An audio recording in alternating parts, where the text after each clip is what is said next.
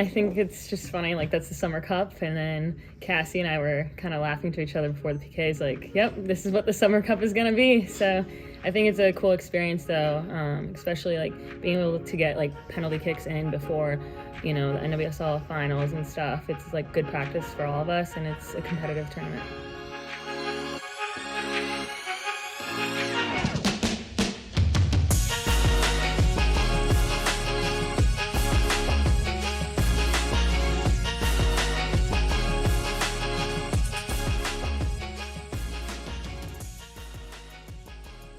Welcome to Red Stars Report, a podcast dedicated to bringing you the latest news and commentary on all things Chicago Red Stars. I am your host, LT. And I'm your co-host, Liz. The Chicago Red Stars lost their first match in the group stage of the Summer Cup to Gotham FC.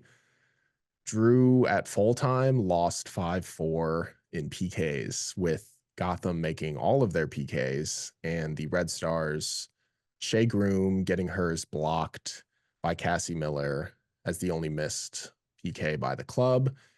In the Summer Cup, you still earn 1 point for a draw.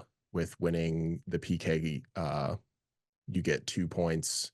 So they kind of just split the points instead of just one team gets none, one team gets 3. So not too bad, but still not as good as a win in the group, considering there's only 3 group stage matches. But we can start with just talking about the PKs and kind of go backwards here, just to get them out of the way. The takers were Ali Schlegel, Hannah Anderson, Jenna Bike, Shea Groom, and Julia Bianchi. As I mentioned before, Shea Groom was the one who had hers blocked, which led to the loss after Mackenzie Wood couldn't stop that final one by Kristen Edmonds on Gotham. So what were your thoughts on the overall strategy and execution by the club for the first PKs that we've seen them take in a very long time? I thought I was curious who we were going to see because obviously Mal's not there. And so that's the big, and she's typically the PK taker. And then I feel like Carrie Recaro is another option that we have, but she was not playing. And so, okay, I was like, all right, we're going young guns is what it felt like to me. I'm like, okay, we're going young. That's what it felt like throughout the whole game. And Ali Schlegel, she is an excellent first PK taker. The energy that she brings, the confidence that she exudes, after she like stone cold just into the corner, nails the PK, and then the celebration, and then goes and hypes up Mackenzie Wood. It was awesome. Like, you love to see that from players. Just awesome. And then I felt like Hannah Anderson, same thing, like super just stepped up, did the thing, got excited. And yeah, I felt like everybody else's, they were all great. Shea's could have been great if it had a little bit more power and wasn't at like waist height for Cassie Miller to get to. I think it was just a little too easy for her to get to, but if it was higher or lower and had a little bit more pace, it would have gone in, and then who knows. And I feel like, I can't remember who it was, but Mackenzie Wood got like a hand, like a finger on one of the kicks. She kind of overdove. Yeah, it's tough. PKs are tough. Yeah, I thought the atmosphere was great for such a small crowd. Like, everyone, a lot of people who weren't sort of behind the net during the entire match sort of gathered behind the net, which was really cool to see. They were being pretty loud. Like you said, Allie just burying that first one and pumping her fists and, yelling towards the crowd and getting everyone pumped. I thought, like, absolutely the perfect player to just get it going for PKs, maybe put a little fear into the keeper, which, other than Shea's, like, everyone else buried theirs. So, who knows what the kind of impact of the atmosphere it had on Cassie Miller. And at the moment, because of circumstances we'll talk about here in a second, Ali Schlegel was also wearing the captain's armband at that point, which I thought was interesting, because even when she was on the bench, we saw camera cuts to her coaching players and stuff from the bench. So that was cool. But yeah, like, Jenna's was taken well, Hannah's was taken well, Julia buried hers in the top corner, and also was like pumping up the crowd afterwards. I loved.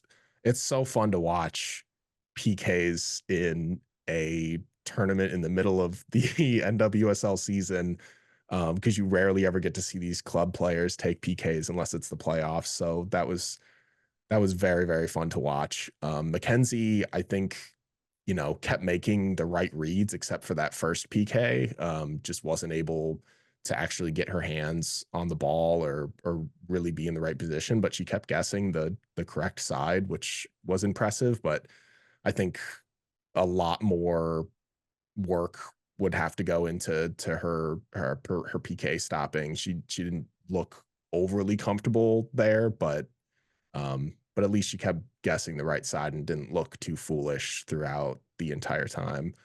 But yeah, burying their attempts was fun. I loved seeing all of it. Like Allie and Julia pumping up the crowd was fun. Like even in a loss, I thought it was very fun to watch. Yeah, I'm wondering if Mackenzie Wood has gotten some tips from Alyssa throughout, and if Alyssa's going to go back and watch this and then give her some more tips I because would obviously imagine. Alyssa's very good at this. Yeah, I bet she is going to give her some info, which is really nice because having a keeper like that has been in those tough situations, and now here we go. And as you said, we don't get to experience this a lot. The only thing lacking for me was the commentary. I mentioned this in the Discord. The commentary during the PKs to me was awful. Like it was so there was like zero enthusiasm throughout the entire thing. I don't want to Sure. like focus on it, but it was really annoying to me because it's like it's a penalty shootout. It's exciting. Like there is excitement. You can get excited about things. I get that it's not like this tournament isn't, oh my gosh, the playoffs or anything, but it was just like, oh, Gotham wins. Like that's pretty much all we got at the end, which yeah, I was hoping, I know we love Ella Stevens, but I was kind of thinking she might miss. She had the That best was take. my She had the best take in one I though. know. It was so But you good. could see afterwards she was kind of like it was Yeah, almost like, she didn't want okay, to I did miss. it. Not in that stadium. No. No, no, no. No. But yeah, I liked how the crowd kind of swarmed down, as you said, to be in that. And so it That made was it a cool. lot louder than what it had been. So appreciate the fans that went to the game and were cheering loud for the team because this is kind of not the biggest, fanciest tournament. It's just minutes for not in the big names aren't there. So shout out to the fans for being there and being loud for them. Yeah, absolutely. As I mentioned earlier, Ali Schlegel at this moment was wearing the captain's armband. The coming into this match, we were all kind of curious who was going to be wearing the captain's armband, whether it was going to be Sam or whether it was going to be Carrie. Carrie was in street clothes this match, but so Sam was wearing the captain's armband. Unfortunately, late in the match, Sam had a non-contact injury. Went straight into the locker room. Didn't look good, but there's no updates from the team as of this recording. We have no idea what the extent of her injury is or how long she would be out for. So, either way, one match or multiple matches, it is a huge loss for the club.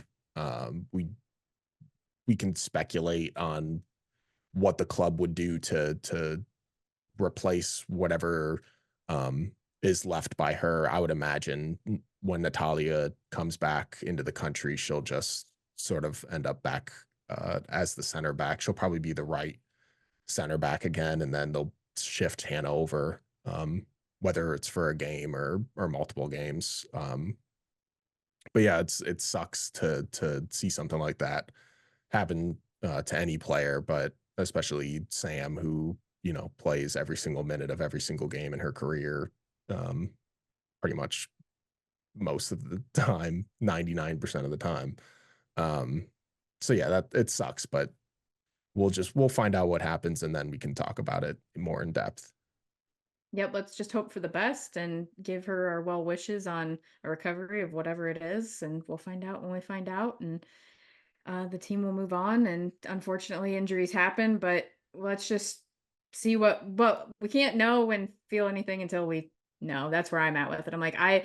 I'm sad that she got hurt. It didn't look great, but again, sometimes things look a lot worse than they are, or they don't. So I'm not gonna speculate on it. So let's just fingers crossed for Sam. Absolutely. As for the match as a whole, I think the biggest story was the Red Stars sort of missing a lot of their opportunities at goal, looking like the U.S. women's national team out there, not converting their chances, because they did have a lot of chances on goal. I wrote a lot of them down just so we can just look at them because they were good. They were good chances. Like their best chance was probably that goal kick by Z. B flicked it on with her head to Penelope, who was just right down the middle, shot it right at Cassie. So that sucked. There was a great ball by Sam to the wing where Jenna sets up nicely every single time. Just drove in herself, shot it off the post. Corner header from B to the other corner. Great move by Cam Bogalski, who was in the game, who we don't get to see too often. She made a little touch pass to Sam, who just rocketed it at Casey and or Cassie, and Cassie got it. And it's just like chance after chance. The short corner by Jenna, just like the little flick by B that just goes right into Cassie's arms again. Jamise had a couple of chances. That one that she did box to box. I was just like so many opportunities to just score, and they blew all of them. Yeah, it was one of those frustrating games where it's just like if you don't kick the Cassie Miller's obviously a fantastic goalie and she should be starting somewhere. In I my agree. personal opinion, it stinks that she kind of everywhere she goes, she gets a national teamer of some sort that gets signed with the team. So that's unfortunate for her, but she showed out. I felt like in this game, and there was an opportunity on a corner kick where Staub and B were both going for it, and Staub kind of like boxed B out, and she was going to get her head on it. And I think she would have scored if she gets anything on it. It was going to go in, and she kind of just got in her way. And that's just kind of that little image in my head is kind of just how the game went. It was just like we were that close to getting that goal, and it just never happened. And sometimes it goes that way and then you end up in penalty kicks. I do like the format of no extra time with penalty just Yeah, going straight to I should have PKs. read the rules before that. I was confused by that, but Yeah, I don't mind it. I don't mind it either. I don't want any more minutes on these players' legs. Not in a worthless No, tournament. I yeah, I the game was just interesting. It was very back and forth. It felt very open, lots of opportunities on both sides. And Hawking needs to learn just a little chip shot over the keeper. Don't Oh kick yeah, him right that at him. Don't one. try and go around him. Just a little chip. Yep, just a little chip, and it would have gone over Miller, and she probably would have scored. But it's tough in the moment to do that. I get it. Yeah, it was nice to see so many different players have opportunities, though. I think we're sort of lacking in that department a lot. The fact that Penelope had chances and Jamise had chances and B had chances and Jenna had chances. It was like, and Sam had chances. It was like there was so many a well-rounded like body of players that could get their feet or head to the ball that were putting it on goal. Even the ones that weren't on goal looked pretty good. Both Jenna and Jimmy's had a couple that, and I think Julia had one that just kind of like went over the bar or just to the right of the post or something. It's like they were getting the ball towards goal more than they usually do, but that's, I mean, obviously Gotham's a very heavily depleted team. They don't have their usual starters out there. They're And still really good. Like if you they're look at that still lineup, it's still annoyingly like good. ooh. Yeah, they're still annoyingly pretty good. Like most of those players on their bench can be starters elsewhere. That's kind of how they built themselves this offseason. And it's kind of helped them with how many injuries they've had. And then obviously during this time where the national teamers are gone for multiple countries and they can still go out there and you know beat a team that is only missing two starters because of national team, or 3 starters, because Natalia was still out on an international, even though she's not going to the Olympics. But speaking of Natalia, like despite missing her and Tatum Milazzo in the back line, they were both in street clothes for this match, or at least Tatum was. I don't know if Natalia's even back in the country yet, but I thought the defenders played really well. Rawl maybe not so much. She seemed to lack a lot of speed on the outside, and was getting beat a lot. But um, up until she was off the field, Sam looked very much like Sam. Uh, Hannah is just impressing me more each and every week. Like, this is why I said months ago, before the draft even happened, that she was going to be a first rounder. And she fell to Chicago in the third round, which is a steal for a player of her talent. And she just looks so good out there that I I'll I'll ride with her for I hope she just gets a contract extension and is a center back for this team for a while, because she looks great. Yeah, I'm impressed. I was impressed by the play of the back line for sure.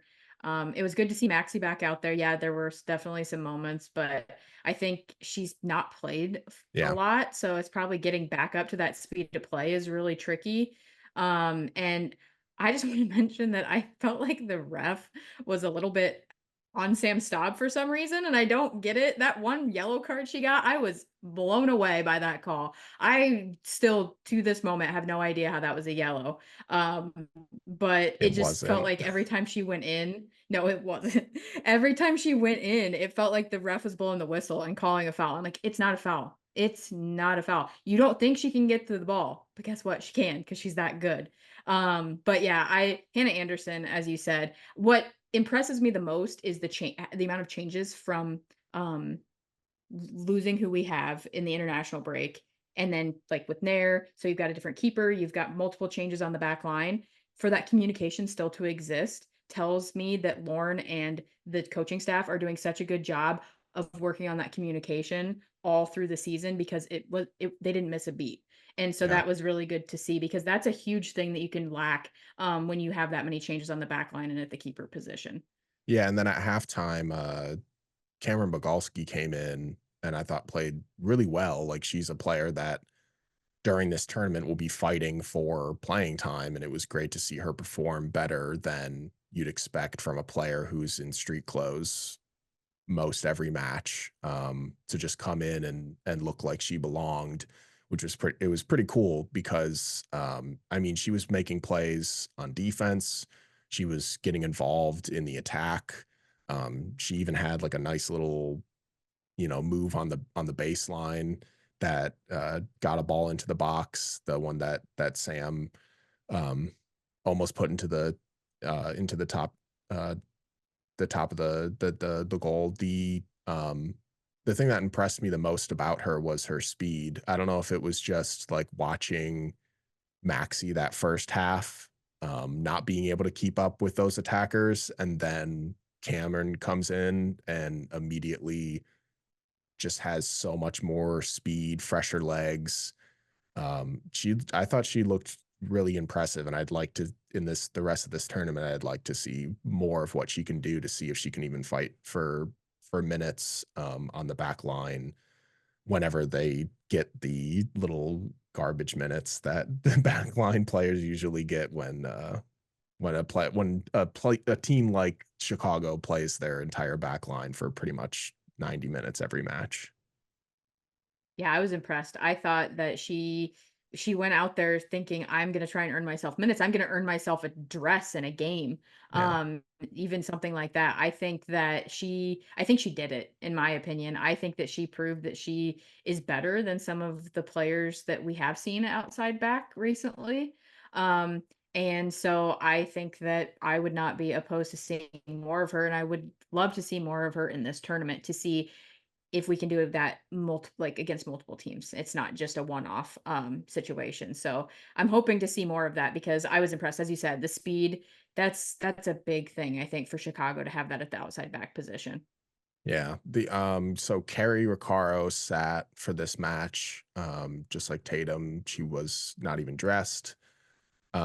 B, like Hannah, is really making it hard, I think, for the coaching staff to take her off the field. She's played 90 for a few matches now. She's getting better with each minute that she plays. I just The one thing that I noticed when I was rewatching the match when it came to her in the midfield is a lot of the players in the midfield when or even around the whole pitch, when the ball kind of comes to their feet, they either have their head down or they're just immediately trying to make another pass. There were so many moments where the ball would fall to B's feet and she would pick her head up, or it was bouncing and she would hit it off her chest or her knee or something. And then while it's still in the air, while she's trying to control it, she's turning to the left, turning to the right, looking for the pass before it drops to her foot to make the pass. We don't see that very often in the midfield right now. And just watching her do that was promising. Uh, so I liked seeing that. I thought there was obviously no stats on any of the big stat sites that we could look for, but I think her passing accuracy must have been pretty high, which is something that she's been trying to get better at, it seems. And I didn't see too many um, missed passes by her. Just the only issues have been like progressing the ball forward with her feet, not passing, like actually carrying the ball. And then when she's surrounded by players, she doesn't she doesn't usually make the correct moves. Well, she doesn't usually make the correct moves to get the ball out cleanly, but every player on this team seems to struggle with that lately. Yeah, I her vision has has always impressed me. I've mentioned it before that it feels like some of our other players like to play hot potato with the ball. And it's not good as a midfielder to do that. It's not good in general to do it, but especially in the midfield, that's where we struggle the most. But I feel like I finally got to see what I wanted to see with Julia and B out there at the same time. Mm. And having two players that are really, really excellent passers on the field at the same time was really, to me, people that see the field. That's what I mean when I'm meaning excellent passers with their vision. They're seeing the field, they're looking, and they are taking the time. As you see, like you can see, and as you mentioned, like you can see B scanning the field. Julia does the same thing. She also scans the field. They look and they don't immediately pass it to where their eyes were when they received the ball. That's what a lot of our midfielders do, and a lot of the rookies do. Is they see and then they pass right to where they either receive the ball or where they were looking. Got to see the field because sometimes that outlet is on the opposite side and you can get a play going. And that's happened. B has made that play to that outlet on the opposite side several times and it opens up the field. And then you can progress the ball down the field. As you said, if we can work on the transition with the dribble, that would be awesome. But at this point, I will take better passing. But yeah, also watching Julia out there in the midfield was great again because she can lead people with her passes so well. It's like she knows where they're going to be. And she did that quite a bit in the game as well this weekend. Julia played pretty well, I thought, in the passing game and in dead ball situations, which she's always played very well at, both free kicks, corners, whatever. Um, she lost the ball a little too much at times due to her lack of pace. Her pace had been improving so much from last season, I thought, before she got benched. And now anytime she kind of comes in for some garbage minutes, it doesn't look like she has that pace that she was gaining anymore. I'm curious if that's a confidence thing, but a lot of the times players like Julia and B lose the ball because like just at their feet they lose the ball when defenders or other midfielders come on them because they're lifting their head up to scan the field and then no one's there. And so they lose the ball because they can't fend off two people coming to double them or something. It happened a little too often, I thought. And the same thing happened to Leilani a couple of times. And with Leilani, I haven't been too sold on her yet as a starter, especially getting, into the 80, 90 minutes that she does play. I don't think she's being benefited by changing her position each week. Um, she's on the right, she's on the left, she's up top at the 10. I don't think they're doing her any favors by putting a player that young in so many different positions and just telling them to be the best. I think if they just kept her at one spot for multiple weeks, she would help. It would help her develop a little more. But obviously, we talk about this midfield, and a couple of these players will likely be sitting anyway when Julia Grosso comes into the club, whether it be B, whether it be Leilani, whether it be someone else up top. Like, we're just talking about the tournament, and whatever that kind of comes out. But I think at most of the match, Julia and B had been very impressive.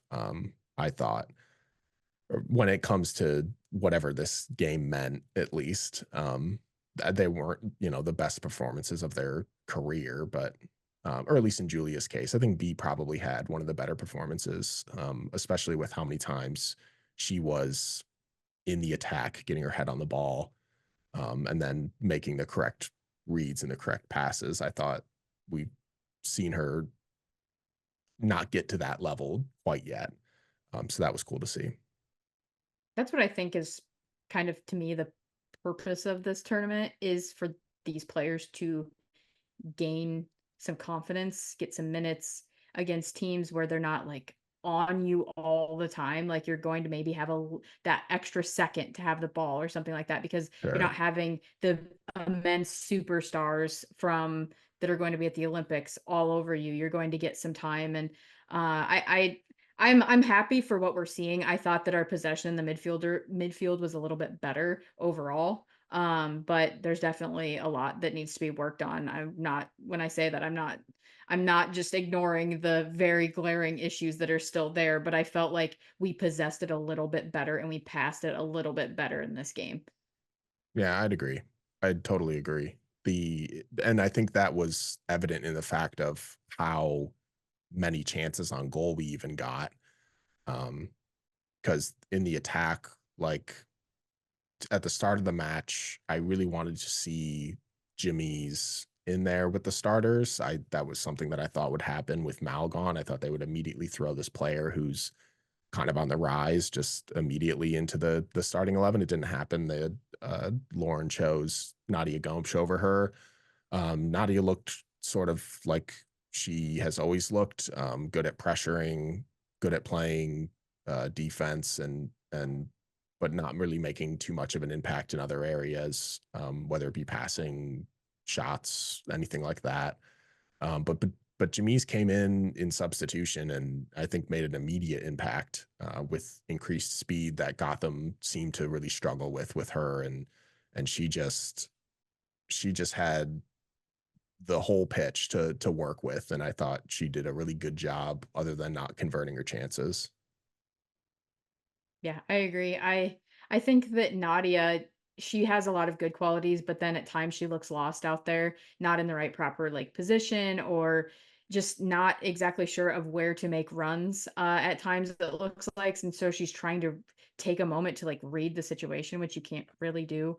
And but she does better at pressing and things like that. It felt Absolutely. like our press in general was it struggled a little in this game. There were times where I noticed that Penelope was getting frustrated because she was trying to press and then there was a lack of communication and the other players were not pressing with her. And so again, communication is going to be tough. There's a lot of players in and out.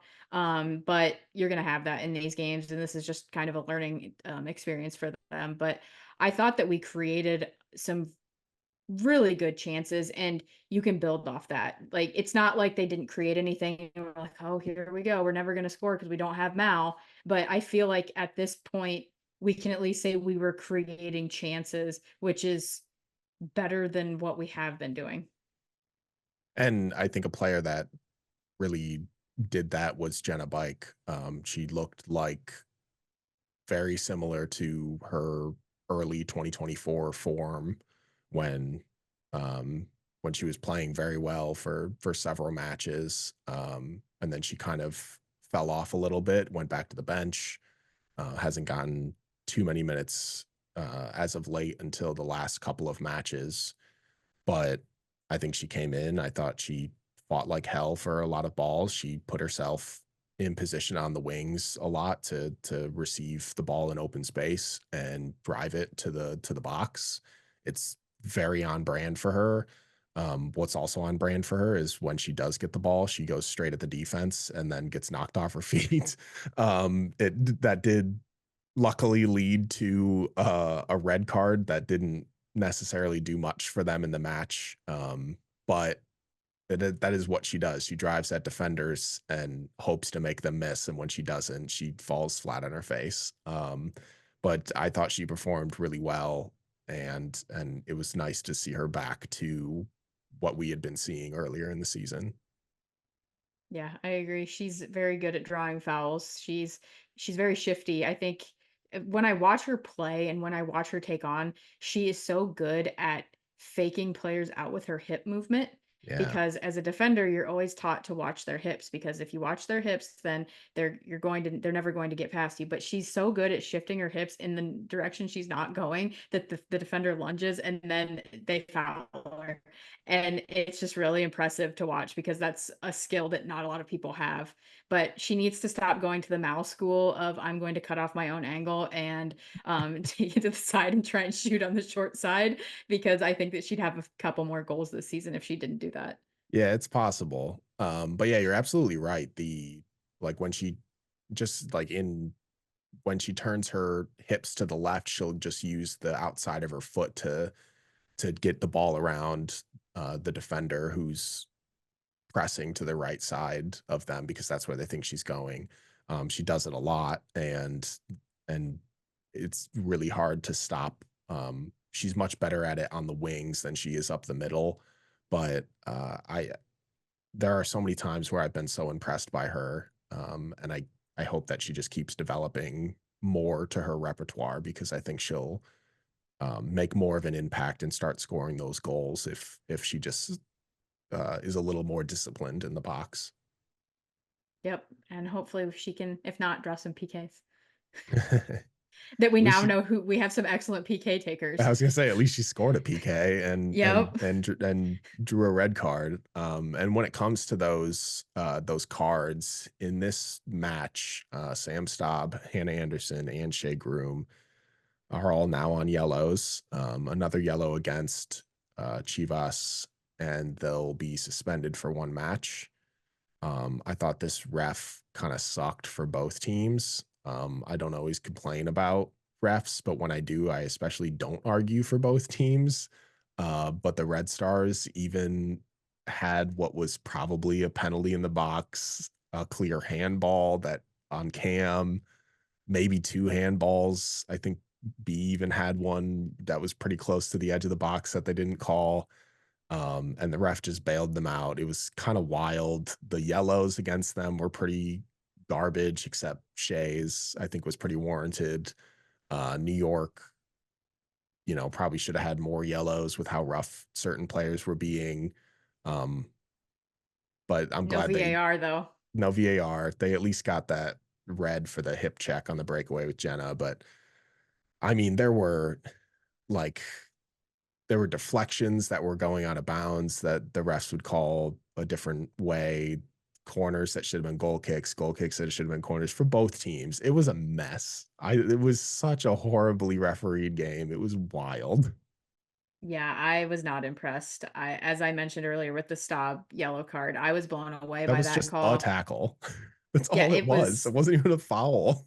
Yeah, I don't even know. I still, to this, as I said, I still do not get that. But yeah, there were numerous calls on both sides, and I'm just like, just because somebody falls down does not mean it's a foul. Stop blowing the whistle. I hate when refs do that. Stop giving diving time. I don't care if it's the Red Stars doing it or Gotham or whoever. I don't like it. I'm not a fan of it. And then players learn that, and then they keep doing it because they know the ref's going to call it, and it makes the game not as fun. Yeah. But yeah, he made some bad calls just on, as you said, out of bounds plays. So I feel like teams lost out on corner kick opportunities. And we did get to see Julia take some corners though, so that was fun. Oh, lovely. And like, I think she took maybe 3 or 4 corners. Only one was kind of the rest were pretty well placed. Yeah, I'm all about it. Her free kicks were pretty damn good. Her one at the top of the box was too far outside, which kind of sucked. But I just, you know how I feel. She should just be in there taking all of them because I mean they led. If they didn't lead to direct chances, they all at least led to rebounds that led to chances. So, Yep. like, just let her take the freaking PKs and give her more Let her minutes. be on the field. Yeah. Well, maybe she'll be on the field again for this next match on Friday. Chivas will be in town. Next match in the tournament. Chivas is one of the top teams in Liga MX Femenil. I didn't have the opportunity to watch their match against Washington, but they seem to actually play pretty well against them. They got a goal against them. They're, especially a goal against one of the top teams in the NWSL. Pretty impressive. They're one of the top teams in Liga MX. So I I'm not surprised that that they could get one on Washington, and we'll kind of it'll be interesting to see what the Red Stars have in store for them on Friday.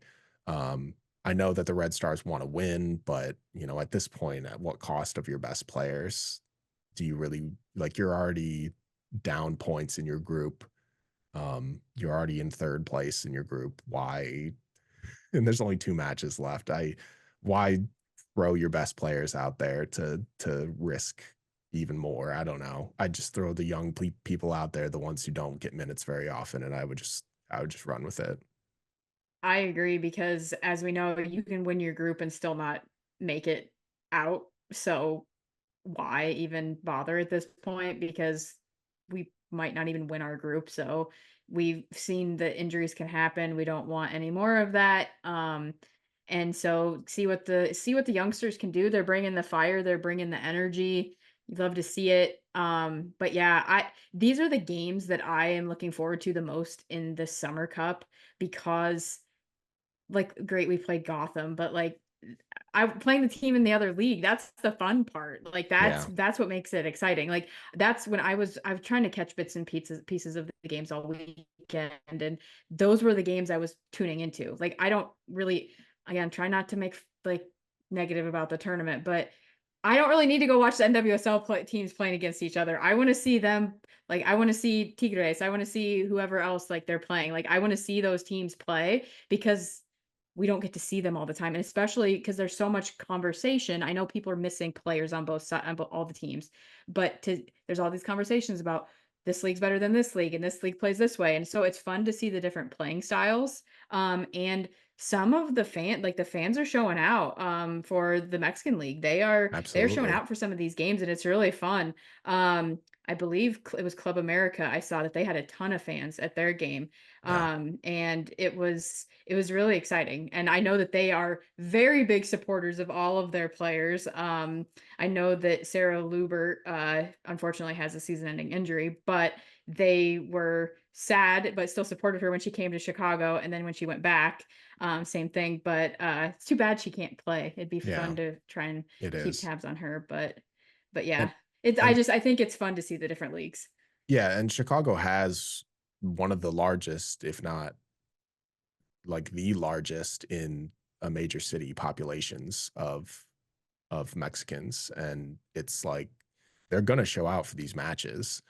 We've seen it with those big matches at Soldier Field. We saw it with the Red Stars match against the next Mexican national team last season, or the season prior. I keep forgetting when that was, but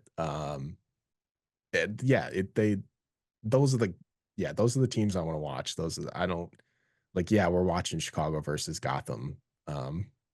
We get to watch that twice a year anyway. It's not like that's why we like to see the players, which players are going to come out there that we don't normally see and how well they're going to perform. Like that's what I'm focusing on. But when we start playing this match on Friday against Chivas, that's when I'll be very excited to start really paying attention to the excitement of this tournament.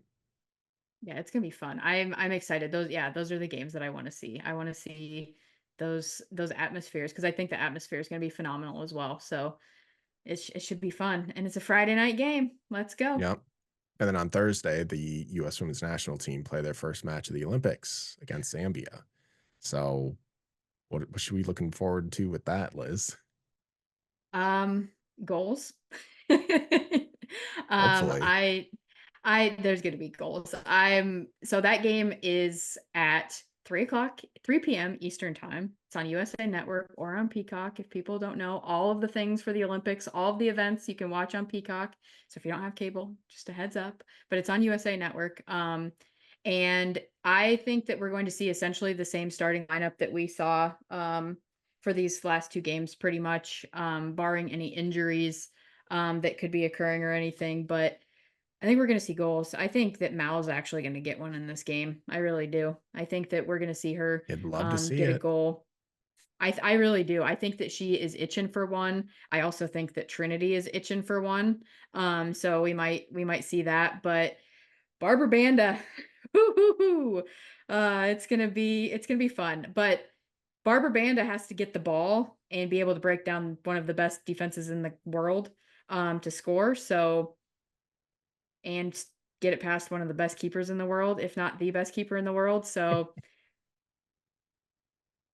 I think the US is going to win. I'm concerned because we didn't score against Costa Rica that game. If you look at the momentum on like SofaScore, it's hilarious. There is no momentum for Costa Rica at all, Yeah, period, that on the low graph. block It is is hell. all completely, yeah, it's all, and that's the thing. Everyone's like, I can't believe they didn't score and I can't believe they did this. Well, what they need to do is shoot the ball outside the box. If there's 11 or 9 or 10, however many people they were cramming in the box, don't try and dribble it in there. Shoot it from outside, which they did some, and the keeper wasn't as good. And I think that's what Zambia is probably going to low block them in some Yeah, capacity. most teams And do.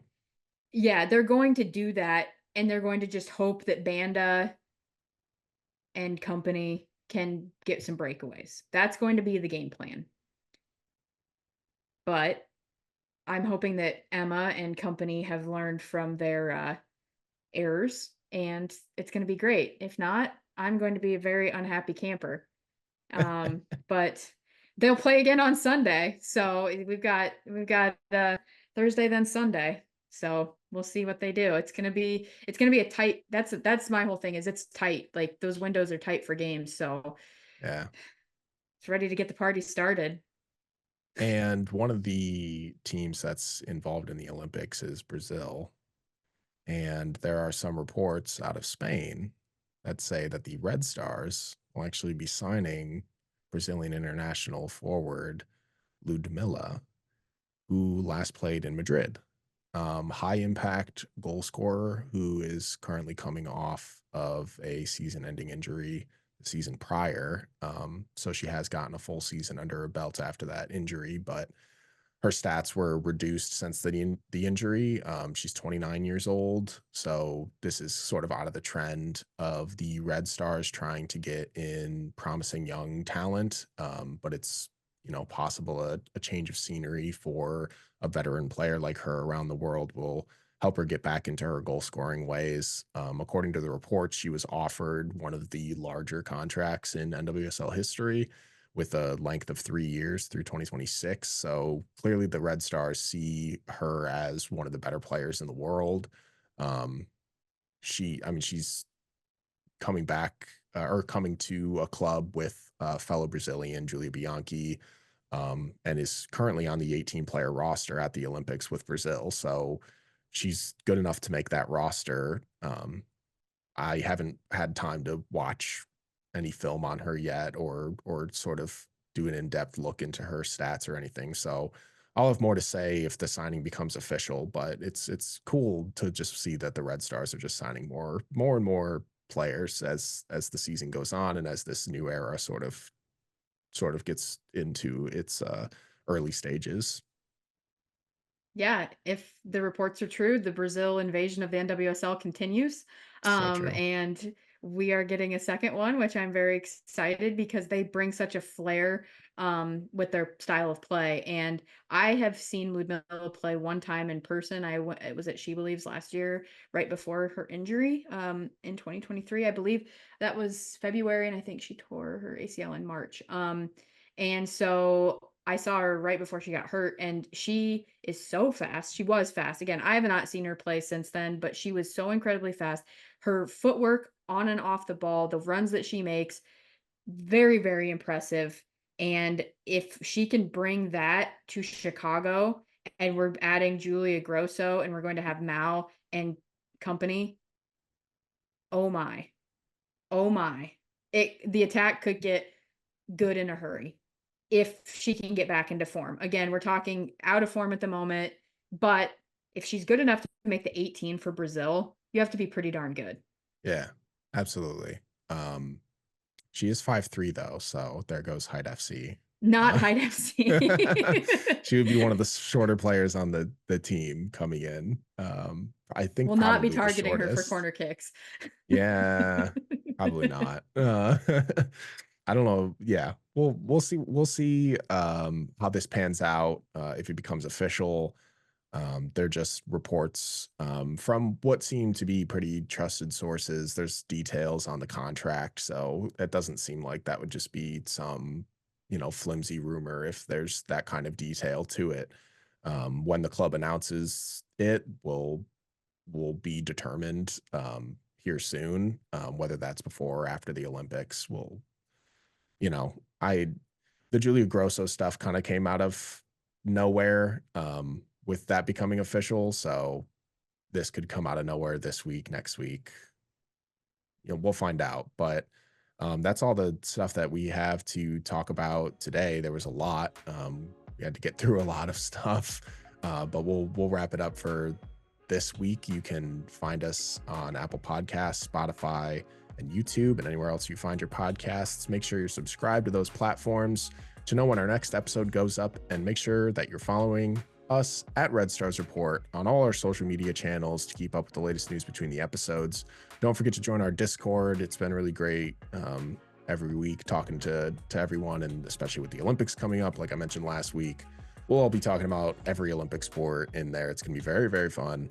The next time you see us, we have another match to talk about. We have 2 U.S. women's national team matches to talk about. Who knows if we have a player signing to even go more in depth for. But with that, we'll see you for another Red Stars Report next week.